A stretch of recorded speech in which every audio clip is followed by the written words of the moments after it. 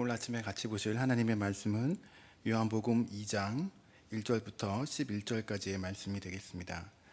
신약성경 요한복음 2장 1절부터 11절까지의 말씀입니다.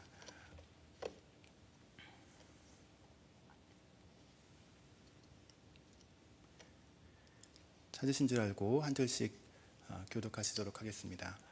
사흘째 되던 날 갈릴리 가나에 혼례가 있어 예수의 어머니도 거기 계시고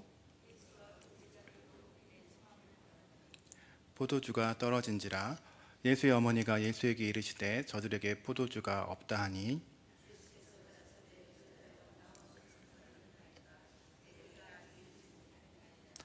그의 어머니가 하인들에게 이르되 너희에게 무슨 말씀을 하시든지 그대로 하라 하니라.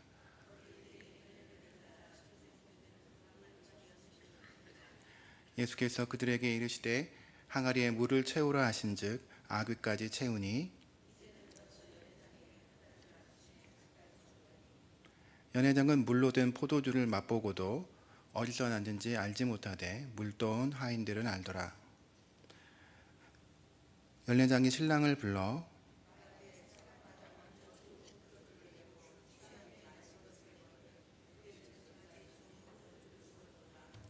예수께서 이 첫 표적을 갈릴리 가나에서 행하여 그의 영광을 나타내심에 제자들이 그를 믿으니라.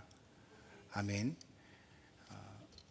얼마 전에 김조광수 감독이라고 하는 분이 처음으로 한국에서 동성 결혼식을 올리셨습니다. 그리고 동사무소 신고까지 시도하셨다고 그래요. 근데 어떤 분이 그 결혼식장 날 이렇게 화장실 물을 퍼부으셨다고 하는데 모두 다 좀 급진적이고 모자른 모습이라고 생각이 되어집니다. 하나님께서는 결혼 제도를 친히 제정하시고 또한 축복하셨습니다. 그리고 오늘의 본문에서는 기적을 통하여서 결혼의 모자람을 채우심으로써 하나님의 영광을 나타내시고 제자들에게 믿음을 주셨다라고 기록해 놓고 있습니다. 그렇다면 먼저 본문을 살펴보고 이 본문이 기록 목적을 통해서 오늘 우리가 들어야 될 교훈들을 얻고자 합니다. 먼저 여기 1절과 2절에 보시면 사흘 되던 날에 갈릴리 가나에 혼례가 있어 예수와 어머니도 거기 계시고 예수와 그 제자들도 혼례에 청함을 받았더니라고 기록하고 있습니다. 여기 사흘이라는 말은 수요일을 말하는 것인데요. 오늘과 같은 수요일인데 고대 태양력에서는 수요일을 첫째 날로 시작했습니다. 따라서 어떤 학자들은 지난주 수요일부터 이번 주 예수님이 가나에 도착하신 수요일까지를 일주일 7로 잡아서 거기에다 강조점을 두는 그런 사람들도 있습니다만 예수님께서 세례 요한이 예수님에 대해 증거하고 또 목요일 날은 수요일 날은 세례 요한이 자신에 대한 역할을 증언하고 목요일 날은 예수님에 대한 것을 증언하고 또 금요일은 첫 번째 두 제자가 따르고 토요일 밤에는 시몬 베드로가 찾아오고 또 월요일에는 갈릴리로 가셔서 빌립과 나다나엘을 만나시고 화요일에 가나까지 오신 다음 날이라는 이 7일이라고 하는 것에 강조점을 두는 이들도 많이 있습니다만 이것은 개연성 있는 개념이라고는 생각이 듭니다. 7이라고 하는 것이 완벽한 숫자로서 하나님의 완전성 또 새로운 창조와 관련된 것으로 그 의미를 두고자 하기 때문인 것 같기도 합니다. 어쨌든 간에 전승에 의하면 이 신랑이 세베대의 아들 요한이었다고 합니다. 아버지는 세베대고 어머니는 살로메입니다. 예수님의 어머니와 살로메는 자매 사이이기 때문에 신랑은 마리아의 조카가 되고 예수님과는 사촌이 되는 것이죠. 그러기에 예수님과 그의 제자들도 참석을 요청받은 것 같습니다. 하지만 문제는 이 잔치집에 포도주가 떨어진 것입니다. 그 문제를 가지고 마리아는 예수님에게 말하기를 저들에게 포도주가 없다 하니라고 마리아가 예수님에게 말을 건네고 있습니다. 왜 마리아가 이렇게 특별한 관심을 가지고 예수님에게 물었을까에 대해서는 예수님께 그저 단순한 그 상황, 절망적인 상황을 아렸다는 그런 견해나 아니면 예수님께 기적을 요구한 것이다 라고 하는 견해로 나누어지긴 합니다. 하지만 12절에 예수께서 이르시되 여자여 나와 무슨 상관이 있나이까 내 때가 아직 이르지 아니하였다는 예수님의 대답을 생각할 때 아무래도 기적적인 예수님의 개입을 요구하신 것으로 보여집니다. 다만 예수님이 지참금이나 포도주를 가지고 오셔야 되는데 가지고 오지 않으셨다라는 것을 상기시켜 주려고 한 말이라고도 합니다. 거기에 대해서 예수님은 여자여라고 하시면서 아직 자기의 때가 이르지 않았다는 것을 답으로 주고 계시죠. 여기 여자여라고 하는 말은 한국말과는 다르게 그 느낌과는 다르게 존칭의 의미를 담고 있는 것입니다. 분명한 것은 예수님께서 마리아와 메시아 사역에 들어가시는 자신의 삶을 선을 긋고 계시다라고 하는 것을 알 수는 있는 것이죠. 어쩌면 자신의 때가 이르지 않았음을 말씀하심으로 마리아 속에 있는 어떤 이중을 읽으셨다라고도 볼 수가 있을 것 같습니다. 그러나 놀라운 점은 마리아의 대답입니다. 5절에 그의 어머니가 하인들에게 이르되 너희에게 무슨 말씀을 하시든지 그대로 하라 하니라. 마리아의 이런 인내의 모습은 예수님의 기적을 가져오는 동인이 되어진 것이죠. 그 집에 돌 항아리 6개가 또 놓여 있었다고 하는데 그냥 돌 항아리 6개라고도 할 수 있는데 유대인의 결례를 따라라고 부연 설명을 하는 것을 보면 이것은 이방인들을 염두에 두고 이 서신서에 기록해 준 것이죠. 한 항아리에 이 2-3통 들어가는 것이면 12통 내지는 18통 분량이 있었는데 부피로 환산하면 450리터에서 680리터가 된다고 합니다. 예수님께서는 하인들에게 명하셔서 그 항아리에 물을 채우라고 하십니다. 하인들은 그 말씀을 쫓아서 항아리에 물을 아구까지 채우게 되어지죠. 어떻게 보면 이렇게 이적이 일어나려면 거두는 일꾼이 필요한 것 같습니다. 예수님은 무에서 유를 창조하실 수 있는 분이지만 일꾼을 필요로 하십니다. 기적을 행하시는 분은 예수님이시지만 물을 갖다 부은 사람들은 하인들이죠. 이것이 일꾼의 역할이겠습니다. 아무래도 또 주인과 종의 관계에서 종은 주인이 시키는 대로 하지 않으면 결과도 예수님께서 의도하시는 대로 나타나지 않을 것이죠.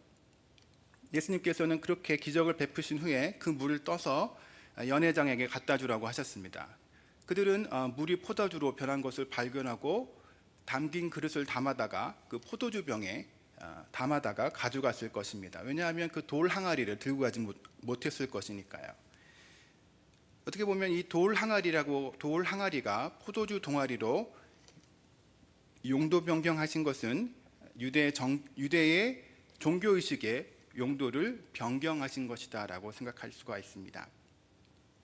모든 유대인의 결례를 쫓아서 레위기에서 나온 대로 손을 씻고 들어가야 되는 그 돌 항아리를 예수님께서는 포도주를 담는 그릇으로 바꾸심으로 유대의 모든 종교 제도와 절기와 제도들에게 새로운 나라가 임했음을 보여주는 그런 역할을 하고 있는 것이죠. 또한 포도주는 풍성함을 상징하는데 이 450리터에서 680 정도 되는 포도주는 잔치의 모든 사람들이 마실 만큼 사실 풍족한 양이었습니다. 구약에서 포도주는 하나님의 구원의 축복을 상징하는 말입니다. 포도주는 또한 예수님 자신을 의미하기도 합니다. 요한은 예수님 안에 모든 충만함이 있다고 했습니다. 우리가 다 그의 충만한 데서 받으니 은혜 위에 은혜라. 예수님의 생명이시고 예수님이 안에 있을 때 그 생명을 우리가 풍성히 누리며 살 수가 있는 것이죠. 그 변화된 포도주를 맛본 연회장에서는 신라양을 불러서 말하기를 사람마다 먼저 좋은 포도주를 내고 취한 후에 낮은 것을 내거늘 그대는 지금까지 좋은 포도주를 두었도다라고 하면서 그 포도주를 칭찬하고 있는 것을 보게 되어집니다. 보통 사람들이 취한 후에 좋은 것을 나쁜 것을 내놓게 되어져 있는데 뒤에 더 좋은 것을 가지고 왔다라고 하는 그런 의미가 되겠습니다. 오늘의 본문을 가지고 어떤 사람 학자들은 이 포도주의 신 디오니소스, 이걸 우리가 잘 아는 로마식으로 바꾸면 바카스라고 하는데 바카스의 영향을 받아서 기록한 것이다라고 설명하는 사람들이 있습니다. 디오니소스 축제가 1월 6일 날 거행되었는데 이 절기 동안 이 안드로스에 있는 이교 신전에서는 물 대신 포도주를 뿜어댔다고, 그 샘들이 뽑아댔다고 하는 기록이 있습니다. 그러나 요한복음은 7개의 표적과 7개의 나는 이다. 예를 들면 나는 생명의 떡이다, 나는 세상의 빛이다, 나는 양의 문이다, 나는 선한 목자다, 나는 부활이요 생명이다, 나는 길이요 진리요 생명이다, 나는 참 포도나무다 라고 하는 7개의 나는 이다로 구성된 아주 치밀하고 의도적인 책입니다. 그렇기 때문에 7가지 기적 중에서 6가지는 다른 복음서에 있는 공통되는 전승에서 가져오고 굳이 한 가지만 다른 이교도의 전통에서 가지고 왔다라고 하는 것은 이해하기가 어렵다는 생각이 드는 것이죠. 오히려 이것은 아마도 엘리야가 가루와 기름을 기적적으로 공급한 장면이나 열왕기에 있는 엘리사가 기름을 공급한 사건에서 그 모티브를 찾을 수 있을 것 같기도 합니다. 그렇다면 어쨌든 간에 이 첫 번째 가나안 기적의 목적이 무엇일까라고 했을 때 11절을 같이 보시겠습니다. 11절을 보시면 예수께서 이 첫 표적을 갈릴리 가나에서 행하여 그의 영광을 나타내심에 제자들이 그를 믿으니라라고 말하고 있는 것을 보게 되어지는 것이죠. 요한복음의 기록 목적 자체가 여러분 20장 31절에 있어서 여러분이 많이 알고 있듯이 오직 이것을 기록함은 너희가 예수께서 하나님의 아들 그리스도심을 믿게 하려 하며 또 너희로 믿고 그 이름을 힘입어 생명을 얻게 하려 함이라고 말해주고 있습니다. 여기서도 믿게 하려 함이고 그를 힘입어서 생명을 얻게 하기 위해서 요한복음 전체가 기록이 되어졌다. 마찬가지로 오늘 가나안 혼인잔치의 기록 목적도 그와 유사하게 제자들이 그에게 믿음을 두게 하는 것이다 라고 말해주고 있는 것을 보게 되어집니다. 종종 다른 해석자에 의해서 이 이적이 역사적인 사실이 아니고 포도주가 다 하여지자 대신 물을 사용하려고 명령했다. 그래서 이미 취해 있었기 때문에 그것이 좋은 술이라고 했다라고 하는 그런 어떤 비판적인 견해도 있습니다만 이런 어떤 합리적인 재구성은 9절과 11절에 의해서 무너지고 마는데 요한은 분명히 물이 변해서 포도주가 되었다라고 기록하고 있고 그것이 이적이었기 때문에 제자들에게 심오한 영향을 끼쳤다라고 말해주고 있는 것이죠. 이 기사가 그저 웃어버릴 농담이었다면 제자들이 그를 믿더라 혹은 그 영광을 나타내심에라고 하는 중요 대목이 그 자리에 유지될 수가 없었을 것입니다. 따라서 가나안 기적의 가장 중요한 초점은 요한의 다른 이야기에서와 마찬가지로 세상을 구원하기 위해 아버지의 보내심을 받은 자 예수님에게 맞춰주며 그 이야기를 통해 드러나는 것은 그의 영광이며 본문이 강조하는 유일한 반응은 믿음이라고 하는 것이죠. 그렇다면 우리가 여기에서 조금 더 질문을 해야 될 것은 물을 포도주로 바뀐 사건은 예수님의 영광을 어떤 식으로 제자들에게 드러냈는가 하는 것들입니다. 첫 번째로 이 사흘이라는 날에 혼인이 있었다고 하는데 이것 사흘이 되었다는 말은 예수님의 부활을 연상시키는 말입니다. 성경에서 혼인은 하나님 나라의 현실을 설명하는 그림 언어이죠. 예수님의 모든 움직임과 만남은 이 세상에 오시기 전에 하늘에서 정해졌을 것입니다. 언제 어느 장소에서 누굴 만나 무슨 일을 할 것인지, 또 무슨 말을 할 것인지, 어떤 능력을 보여줄 것인지 등이 치밀하게 계획이 되었었을 것입니다. 따라서 예수께서 제자들과 함께 공적으로 모습을 드러내는 장소를 혼인잔치집을 택하셨다라고 하는 것은 그 혼인잔치집으로 묘사되는 하나님의 나라가 임하였다라는 것을 생각해 볼 수가 있습니다. 구약에서 결혼식은 메시아 시대를 상징하는데 많이 사용되었던 것을 알 수가 있습니다. 예를 들면 이사야서 62장 4절에서 5절을 잠시 한번 보시겠습니다. 이사야서 62장 4절에서 5절, 구약성경 이사야서 62장 4절에서 5절을 보시면 이렇게 설명하고 있습니다. 다시는 너를 버림받은 자라 부르지 아니하며, 62장 4절에서 5절입니다. 다시는 내 땅을 황무지라 부르지 아니하고 오직 너를 헵시바라 하며 내 땅을 뿔라라 하느니 이는 여호와께서 너를 기뻐하실 것이며 내 땅이 결혼한 것처럼 될 것임이라. 마치 청년이 처녀와 결혼함 같이 내 아들들이 너를 취하겠고 신랑이 신부를 기뻐함 같이 내 하나님이 너를 기뻐하시리라. 이사야서 54장 4절과 8절에서도 다음같이 말합니다. 두려워하지 말라. 내가 수치를 당하지 아니하리라. 놀라지 말라. 내가 부끄러움을 보지 아니하리라. 내가 내 젊었을 때의 수치를 잊겠고 과부 때의 치욕을 다시 기억함이 없으리니 이는 너를 지으신 이가 내 남편이시라. 그의 이름은 만군의 여호와시며 내 구속자는 이스라엘의 거룩한 이시라. 그는 온 땅의 하나님이라 일컬음을 받으실 것이라. 여호와께서 너를 부르시되 마치 버림을 받아 마음에 근심하는 아내 곧 어릴 때 아내가 되었다가 버림을 받은 자에게 함과 같이 하실 것임이라. 내 하나님께서 말씀하셨느니라 라고 설명해 주고 있습니다. 우리가 여기서도 하나님이 남편 되신다라고 하는 것으로 우리에게 메시아의 나라가 임할 때 결혼과 같은 모습으로 임할 것이다 라고 하는 것을 설명해 주고 있죠. 마태복음 22장에서도 하나님의 나라는 잔치집에 사람들을 초청하는 것과 같다라고 표현되어져 있습니다.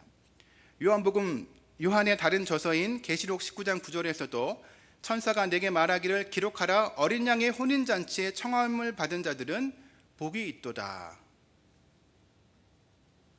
그래서 결국 결혼식은 메시아의 성취에 대한 상징으로 제시가 되고 있습니다. 따라서 이것은 바로 메시아의 나라가 임하였는데 그 나라가 마치 잔치와 잔치집과 같다라고 하는 그런 의미를 내포하고 있는 것이죠. 또한 요한복음은 독자들에게 또한 이것이 7가지 표적 중에 첫 번째 시작이고, 따라서 이 가나의 표적이 다른 기적들과 이어진다라는 사실을 알려주는데, 그 기적들의 내용을 살펴보면 예수님이 유대의 제도 및 종교적인 관점에 대한 대치를 보여주는 것을 알게 되어집니다. 예를 들면 예수님께서 참 성전이시고 그가 주시는 성령은 예루살렘의 예배를 대신하게 될 것이고, 초막절에는 비를 내리게 하는 제의 대신에 예수님 자신이 생수를 공급하실 것이고, 성전뜰을 비추는 조명 대신 예수님 자신이 참 빛이 되실 것이다 라고 하는 것들이죠. 그래서 오늘 본문에서 유대인의 결례를 위한 물이 포도주로 바뀌었다, 그것이 대치되었다는 사실은 이전의 모든 제도와 관습과 절기가 예수님이 오심으로 무의미하게 되었다라는 것을 의미하고 있는 것이죠. 그래서 아마 그 제자들의 관점으로 그 당시 사건을 이렇게 생각해 보면 그들은 이런 대치라고 하는 주제에 대해서는 어떤 사전적인 조망 없이 그냥 예수님의 영광을 보게 된 것으로만 생각이 되어집니다. 또 저들에게 이 포도주가 없다라고 하는 마리아의 말은 유대인의 결례의 무익함에 대해서 날카로운 지적을 하고 있는 것이다라고도 볼 수가 있는 것이죠. 제자들은 이러한 상징을 통하여서 가나의 기적을 메시아 시대 및 새 시대의 상징으로 나중에 그것을 이해하게 된 것이고, 이것을 조심스럽게 모아서 기록을 하게 되어진 것입니다. 결국 가나 혼인잔치는 결혼식과 규례의 이 대체를 통하여서 제자들에게 메시아의 나라가 임하신 그 영광을 보여주고 있는 것이죠. 예수님께서 자신의 영광을 드러내시는 것은 메시아 시대의 또한 또 다른 특징이기도 한데, 시편 102편 16절에서도 여호와께서 영광 중에 나타나실 것이다 라고 약속해 놓고 있는 것이죠. 이렇게 또한 그 속에 담겨 있는 포도주의 풍성함은 메시아 시대의 기쁨에 대한 구약 시대의 비유 가운데 하나입니다. 제2 바룩서 29장 5절에는 땅은 만배의 결실을 맺고 포도나무는 1000개의 가지가 날 것이며 가지마다 1000개의 포도송이가 맺고 송이마다 1000개의 포도나무가 달리고 포도 열매마다 120갤런의 포도주가 나올 것이다 라고 하면서 메시아 시대의 기쁨을 묘사한 글이 있습니다. 따라서 제자들은 그의 영광을 보고 그에게 믿음을 두었다라고 말해주고 있는 것이죠. 우리나라 말에 더도 말고 덜도 말고 한가위만 같아라라고 하는 말이 있습니다. 한가위 8월 보름이 되면 집집마다 잔치를 벌이기 때문일 것입니다. 아마 이스라엘에서도 가장 풍요롭고 넉넉한 자리가 이 혼인잔치집이었던 것 같습니다. 이런 배경에서 이런 혼인잔치집이라는 예수님을 따르는 사람들이 잔치집과 같은 풍요로움을 누리며 살 것이라고 하는 뜻이 담겨 있는 것이죠. 하나님의 선하신 뜻은 그의 모든 백성이 이 땅에서 풍요로움 혹은 풍성함을 누리며 사는 것입니다. 그런데 인간은 하나님의 창조 세계를 누리지 못하고 삽니다. 그러나 예수님 안에 있으면 창조주 하나님의 풍성한 삶을 누리며 살게 되어지는 것이죠. 요한복음 10장 10절에서도 예수님은 자신이 온 것은 양으로 생명을 얻게 하고 더 풍성히 얻게 하려 함이다라고 말씀하고 있는 것이죠. 얼마 전에도 제가 신방 다니다가 택시를 타게 됐는데, 그 택시 기사 아저씨가 약간 좀 이렇게, 요즘 택시 기사분들이 이제 은퇴하셔서 하시는 분들이 많이 계시다고 그래요. 근데 이분도 약간 예사스러워 보이지 않으셔서 이런저런 이제 대화를 하다가 뭘 하셨냐 그랬더니 자기는 대한항공에서 플라이트 어텐던트로 한 25년 있다가 부장으로 명예퇴직을 하셨대요. 그러고 나서 이제 용돈이라도 벌려고 이거 하시는데, 그분 하시는 말이 제가 이런저런 이제 얘기를 끌고 가다 보니 인생이 참 괴롭다는 거예요. 여러분 좀 이상하지 않으세요? 그 플라이트 어텐던트면 그 전 세계 곳곳을 안 다녀본 적이 없으신 분이에요. 근데 그분이 하셨던 말이 뭐냐면 인생이 너무 괴롭다, 힘들다라고 그렇게 고백을 하시는 거죠. 모든 것을 다 해본 사람의 고백은 괴롭다, 힘들다, 그런 고백이 나오는 것을 보고 저도 그럴 수 있겠구나라고 하는 생각을 하게 되어지죠. 또 얼마 전에도 우리 정세영 강도사님 그 안주식에 갔는데도 그 꽃다발을 하나 사는데도 그분이 그러시는 거예요. 나 이게 너무 힘들다. 너무 인생이, 그 꽃다발을 하시는 분도 인생이 너무 힘들다, 너무 어렵다, 의미 없다, 이런 식으로 말씀하시는 것을 보게 되어지죠. 하지만 여러분, 우리가 예수 그리스도 안에 있는 자는 잔치집과 같은 그런 풍요로움을 누리며 살 수 있는 것이죠. 여러분, 우리가 만약에 정말 그런 신앙이 없었다면, 예수 그리스도 밖에 있었다면 우리들이 과연 지금과 같은 이런 풍성함, 이런 영적인 풍성함과 평안함을 누리고 살 수 있었을까? 그것을 한 번 더 생각하게 되어지는 것이죠. 교회는 또한 그런 영적인 풍성함을 경험하게 되는 곳입니다. 제가 다닌 교회가 남서울교회였는데 날마다 그런 어떤 풍성함이 있는, 대학교 때부터 생각해 보면 그런 교회였다고 생각이 듭니다. 본이 되는 사람들이 있었고, 또 장로님들하고 목사님 관계가 너무 좋으셨고, 또 그 안에 끌어주는 사람들이 있었고, 사랑해주는 사람들이 있었습니다. 사도행전은 그것이 확장된 궁극적인 비전을 보여주고 있기도 합니다. 저는 이곳에 언제 예수비전 교회도 그런 모습을 갖고 있는 교회가 되었으면 좋겠다라고 생각합니다. 제가 온 지 얼마 안 되지만 예수비전 교회에 와서 적응하기 어렵다고 하시는 분이 계셨는데 저는 이렇게 말씀드렸어요.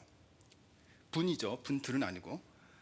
제가 돌아다녀 보니 적응하기 쉽지만 나쁜 교회가 있고 적응하기는 어려워도 좋은 교회가 있습니다 라고 제가 그분에게 말씀드렸어요. 어떤 것보다도 하지만 저는 예수 비전교회가 적응하기도 좋고 적응하기도 좋고 좋은 교회가 될 수 있기를 바랍니다.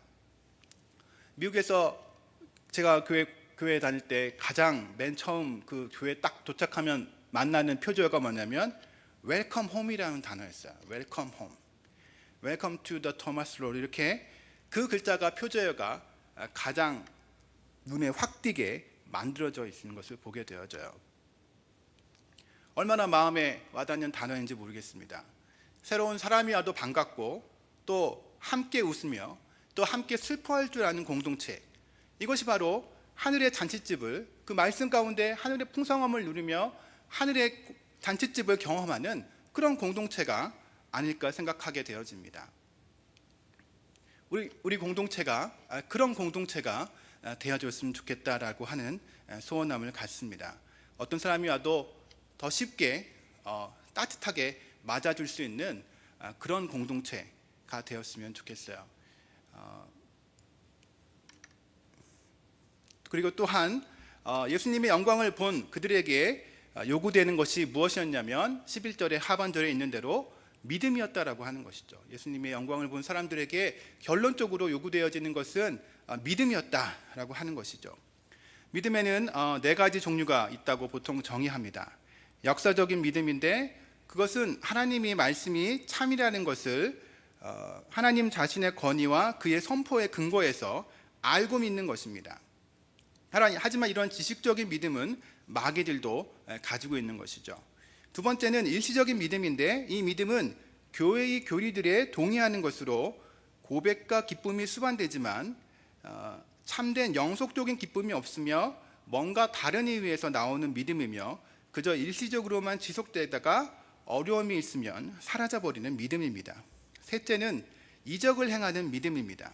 사도는 산을 옮길 만한 믿음이 있을지라도라고 말씀하는데 여기서 바로 이 종류의 믿음을 말하고 있는 것입니다. 유다도 다른 사도들과 마찬가지로 이적을 행하였고 역사적이고 일시적인 믿음을 가졌지만 그러나 의롭다 함을 얻는 믿음은 갖고 있지 않았습니다. 마지막으로 의롭다 하심을 받는 믿음이라는 것은 그리스도로 말미암아 값없이 죄사함을 받는 사실을 신뢰하고 자신에게 적용시키는 데 있습니다. 또한 구원받은 믿음의 속성 혹은 그 성격은 그리스도의 큰 은택으로 인하여 하나님을 신뢰하고 기뻐하는 데 있다라고 말해주고 있는 것이죠.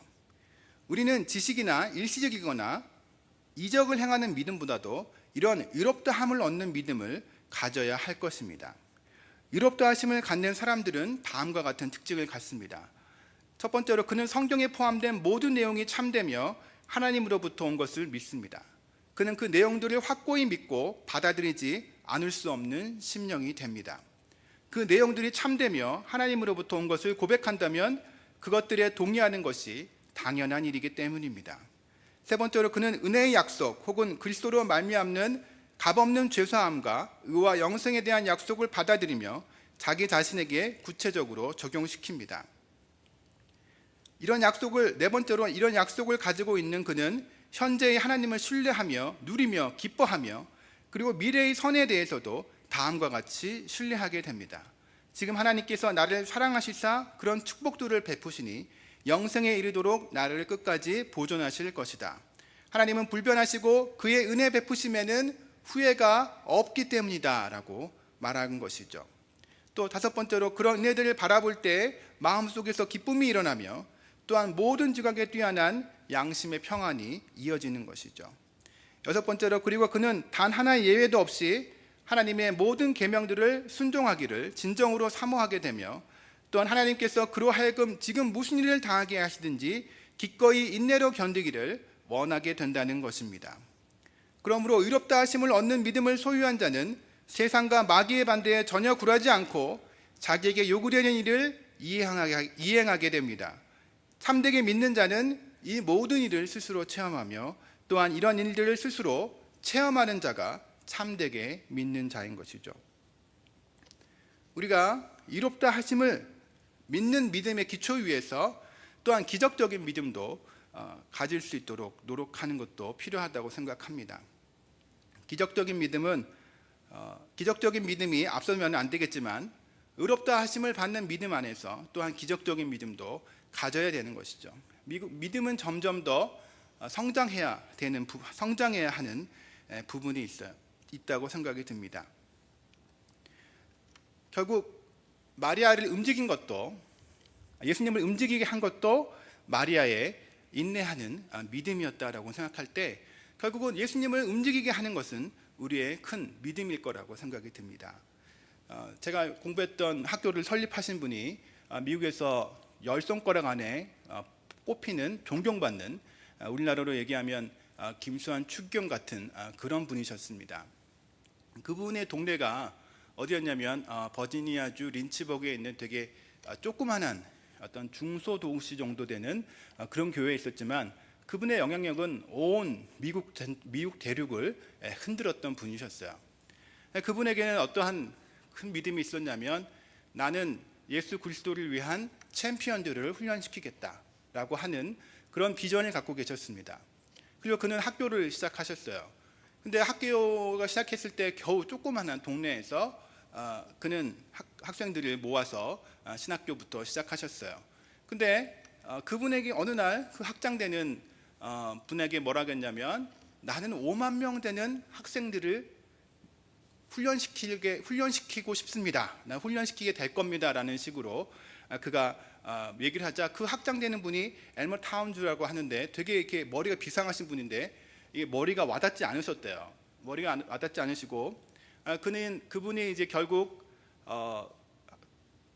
돌아가실 때 1993년도에 돌아가셨는데 학생 수가 10,000명이 채 안 되게 돌아가셨어요. 근데 제가 학교 다닐 때 그분의 비전대로 5만 명 레지던트 그것에서 같이 공부한 사람이 15,000명 또 그리고 이 온라인 프로그램을 통해서 듣는 학생들이 4만 명 그래서 5만 5천 명 그가 갖고 있었던 그 드림이 그의 믿음이 이루어졌다라고 학교 측에서 얘기하는 것을 들었습니다. 우리가 그분에게는 어떤 그런 큰 믿음을 갖고 있었다라고 그래요. 만약에 어떤 어려운 상황이 와도 금식하시면서 예를 들면 그 앞에 큰 산이 있었는데 그 큰 산을 달라고 그 여리고 비슷한 기도를 하시면서 그 학교를 더 확장하기 위해서 그 산이 필요했을 때도 그 에릭슨 전자 핸드폰 만드는 회사에서 그 부지를 $1에 기부를 했습니다. 그래서 그곳에 학교가 들어서게 되어졌고 또 평생 동안 이제 경제적인 짐을 지고 사셨다 그래요. 계속해서 그 날라오는 그 학교의 어떤 그 빚들 날라오는 것을 갖고 있었지만 40일 동안 이렇게 금식을 하셨대요. 40일 동안 미국 사람들 금식은 좀 달라요. 어떻게 하냐면 우리는 아무것도 안 먹지만 그 사람들은 이제 커피와 주스를 마시는 금식을 합니다. 그래서 40일 동안 금식을 했는데 또 금식을 해야겠다라고 하는 그런 마음이 드시더래요. 그래서 40일 금식한 후에 얼마 있다가 또 40일 금식을 했는데 정말 기적적으로 전화가 왔는데 당신 요즘 도움이 필요하다니 얼마가 필요하냐라고 하는 트럼프라고 하는 부동산 재벌을 아실 텐데 그분한테서 전화가 왔다 그래요. 그래서 그분으로부터 필요한 액수가 이렇게 큰 하나의 책으로 날라와서 그걸 이렇게 받으셔서 그걸 막 사람들한테 보여주시면서 어린애 같이 되게 그 순수하시고 되게 깨끗하셨던 분인데 그런 어떤 순수하고 어린아이 같은 믿음과 큰 비전을 가지신 비저너리였다고 저희가 들었습니다. 어떻게 보면 그런 믿음을 갖고 계셨다. 그래서 결국은 그의 비전들이 이루어지는 것을 볼 때 그렇구나.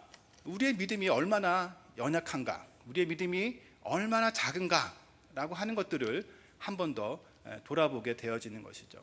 믿음은 들음에서 말미암지만 계속해서 자라가야 되는 것이 바로 하나님에 대한 믿음일 것이다라고 생각합니다. 결국 이런 어려운 중에 있는 가정, 결국은 포도주가 떨어졌다라고 하는 것은 그들이 비난받을 수 있는 섭린 접대를 잘 하지 못했다, 또 혹은 법정의 고소까지 당할 수 있는 그런 어떤 상황이었으나, 예수님께서는 그런 마리아의 믿음, 그리고 또 그 하인들의 순종을 통하여서 그 가정을 축복하시고 또 하나님의 놀라운 하나님 나라의 비전들을 보여주시는 것을 우리가 보게 되어집니다.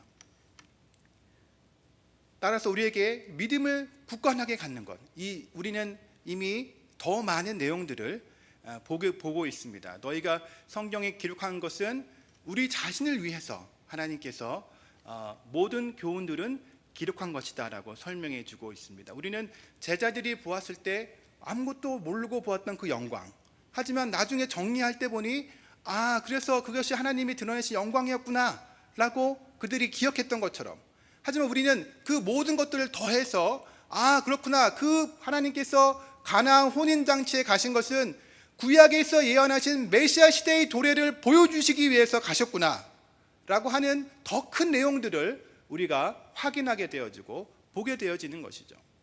그러므로 우리는 그것에 대해서 당연하게 가져야 될 반응은 무엇이냐? 믿음이라고 하는 것이에요.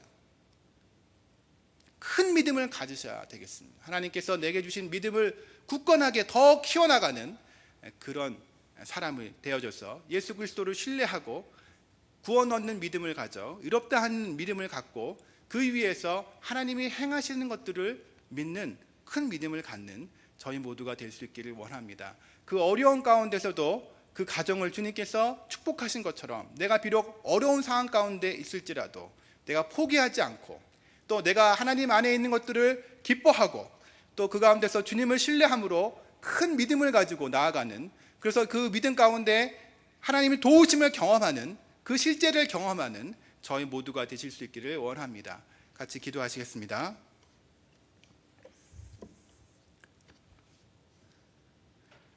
하나님 아버지,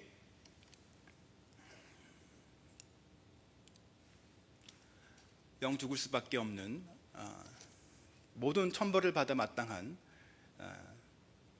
죄인들을 부르시고 또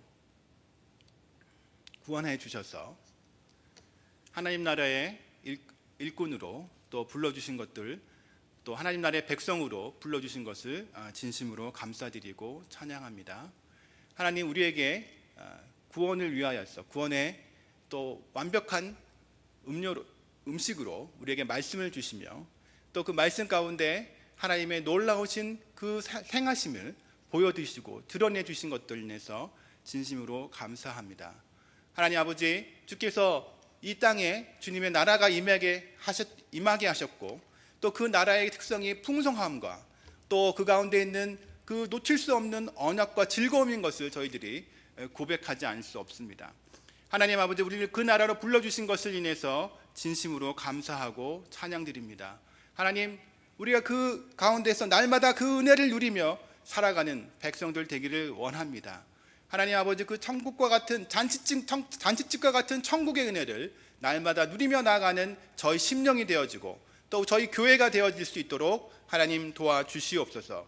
하나님 또한 간구하기는 그것을 본 자들에게 요구되었던 믿음처럼 하나님 우리에게 굳건한 믿음을 주시옵소서. 하나님, 모든 상황 가운데 하나님을 신뢰할 수 있는 담대한 믿음을 주시옵소서. 하나님 아버지, 우리가 그 가운데서 담대함으로 나아가 하나님을 기쁘시게 하며 하나님의 도우심을 경험하는 그런 사람을 살 수 있도록 저희들에게 굳건한 믿음을 더하여 주시옵소서. 더 큰 믿음을 허락하여 주시옵소서. 예수님의 이름으로 기도드립니다. 아멘. 저희 다 같이 찬송가 260장 같이 찬양 드리도록 하겠습니다.